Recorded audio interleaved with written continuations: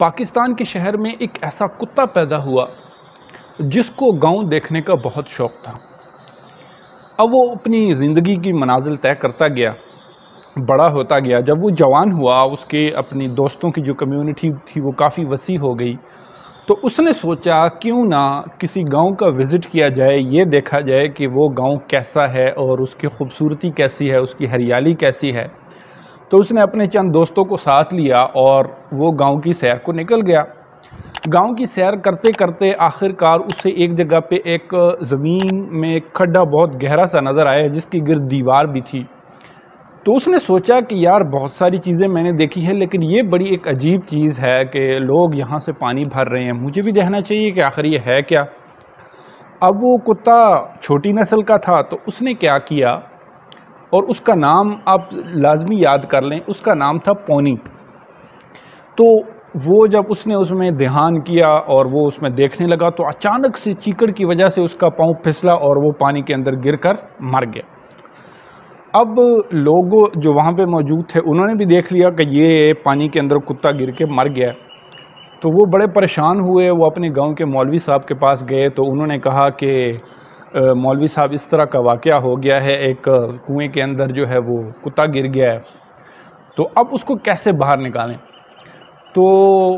اس کا نام پونی تھا، تو انہوں نے کہا کہ پونی گر گیا ہے۔ تو مولوی صاحب نے کہا کہ تم ایسے کرو کہ اس سے 40 ڈول پانی نکالو تو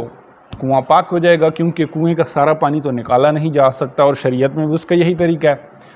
تو انہوں نے کیا کیا، 40 ڈول نکالے، لیکن اس کے باوجود بھی پانی میں پونی کا ذائقہ آ رہا تھا۔ تو مولوی صاحب نے پھر ان کو کہا کہ آپ دوبارہ 40 ڈول نکالیں، تو انہوں نے دوبارہ نکالا، پھر تیسری دفعہ بھی یوں ہوا۔ تو مولوی صاحب کو سوچ آیا اور انہوں نے ان سے پوچھا کہ کیا تم نے وہ پونی اس پانی سے نکالی ہے یا نہیں؟ تو انہوں نے کہا مولوی صاحب وہ تو ہم نے نکالی نہیں۔ تو انہوں نے کہا کہ ابے عقل کے اندھو، جب تم نے پانی میں سے پونی نکالا ہی نہیں ہے تو پانی جو کنویں کا پانی ہے وہ کیسے صاف ہوگا؟ اسی طرح ہم اپنی روزمرہ زندگی میں، اپنی روزمرہ جو ہماری لائف چل رہی ہوتی ہے، اس میں کبھی ہمارے ساتھ کچھ ایسے واقعات ہو جاتے ہیں، یعنی کچھ ایسے پونی اس کے اندر گر جاتے ہیں جو ہمارے اس دماغ کے پانی کو، اس دماغ کے جو سرکٹ ہے اس میں خرابی پیدا کر دیتے ہیں۔ تو اس کے بعد کیا ہوتا ہے کہ ہماری ڈیلی لائف بہت زیادہ ڈسٹرب ہو جاتی ہے۔ بہت زیادہ ڈسٹرب ہونے کے بعد ہم بہت سے لوگوں کے ساتھ کانٹیکٹ کرتے ہیں، ڈاکٹرز کے ساتھ کانٹیکٹ کرتے ہیں، لیکن اس کے باوجود بھی ہم اپنی ٹریک پہ نہیں آ رہے ہوتے۔ اس کی وجہ کیا ہے؟ تو اس کی وجہ یہ ہوتی ہے کہ ہم وہ پونی، یعنی جس کی وجہ سے ہمارے ساتھ وہ مسئلہ پیش آیا، اس کو ہم نے تو نکالنا ہی نہیں ہے ذہن سے، اور بار بار اپنے ذہن کو اس کی طرف دوبارہ دوڑانا ہے۔ یعنی اگر کوئی اس کو نکالنے کی کوشش بھی کرے تو ہم اس کو کہیں گے بھائی اندر ہی رہنے دو، میں ایسے ہی ٹھیک ہوں۔ تو اب ایسے کیسے ٹھیک ہوگا جب تک آپ اس میں سے پونی نہیں نکالیں گے؟ اور اس کی ایک مثال میں یوں بھی دیتا ہوں کہ جب کوئی چیز خراب ہو جاتی ہے، کوئی ٹرین جس کو حادثہ پیش آ جاتا ہے، کوئی گاڑی، تو اس کو مینٹیننس کے لیے کسی مستری کے پاس، کسی مکینک کے پاس لے کر جایا جاتا ہے۔ وہ اس کا پراپر معائنہ کر کے اس کے اندر وہ چیزیں جو ڈیمیج ہو چکی ہوتی ہیں وہ نکالتا ہے اور اس میں نئے پارٹس ڈال دیتا ہے۔ اب جب نئے پارٹس ڈال دیتا ہے تو اس کی کارکردگی کو ویسی ہی پرانی کارکردگی بنانے کے لیے آپ کو کوئی چیزیں بتائی جاتی ہیں، آپ کو کچھ مشق کرائی جاتی ہے، آپ کے کچھ جو روٹین ہوتی ہے چونکہ وہ بھی ڈسٹرب ہوتی ہے، اس کو صحیح کرنے کے لیے آپ کو کھانے کے لیے کچھ چیزیں بتائی جاتی ہیں تاکہ آپ وداؤٹ میڈیسن اور وداؤٹ کسی جو ہے وہ سرجیکل ٹریٹمنٹ کے آپ ٹھیک ہو سکیں۔ لیکن بعض لوگ کیا کہتے ہیں، وہ یہ سمجھتے ہیں کہ مولوی صاحب یا کوئی دوسرا ہمیں تعویذ دے گا اور ہم فوراً ٹھیک ہو جائیں گے۔ اس طرح کبھی بھی نہیں ہوتا کہ آپ اس تعویذ کے اندر وہ اثر نہیں ہوتا، لیکن جب تک ہماری قوت، اللہ پر یقین، ایمان اور یہ ہمارا پختہ ارادہ ہو کہ ہم نے اپنے آپ کو چینج کرنا ہے، تو اللہ تعالیٰ کی رحمت اور برکتیں ہوتی ہیں، اور اپنی جب ہم روٹین کو چینج کرتے ہیں تو اللہ تعالیٰ یعنی دوبارہ آہستہ آہستہ وہ پانی، وہ کنویں کا پانی صاف ہو جاتا ہے، وہ پونی نکل جاتا ہے۔ اور اس کی ایک مثال میں اس طرح بھی دوں گا کہ جب آپ ان تمام چیزوں کا شکار ہو جاتے ہیں یا کسی حادثے کا شکار ہو جاتے ہیں یا کوئی بہت بڑی مصیبت میں پھنس جاتے ہیں تو اس کا تدارک کریں، اس کو اپنے سے دور کرنے کے بارے میں سوچیں۔ یہ نہ سوچیں اب واقعہ جو تھا وہ تو ہو گیا،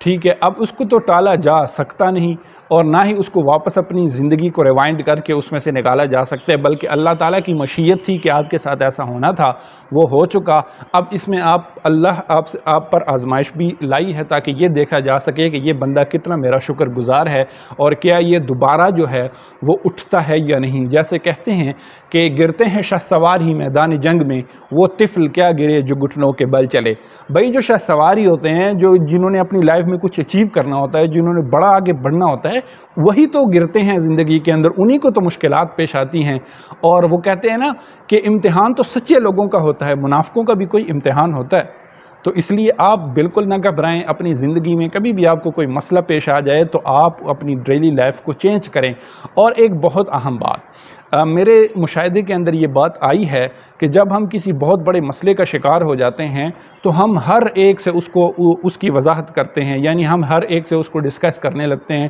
کہ بھائی جان یہ ایسا ہے ایسا ہے۔ اب میں اگر آپ کو ایک بہت ہی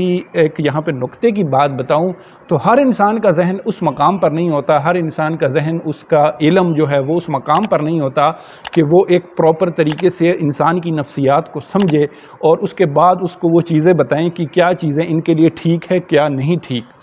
تو آپ ان لوگوں سے بات کریں، ان کو آپ بتائیں جو آپ کے خیر خواہ ہیں، جو آپ سمجھتے ہیں کہ یہ ہمیں اچھی طرح گائیڈ کریں گے، ہمارے لیے یہ مفید ہوں گے۔ اگر آپ ہر کسی سے اس کو ڈسکس کریں گے تو میرے بھائی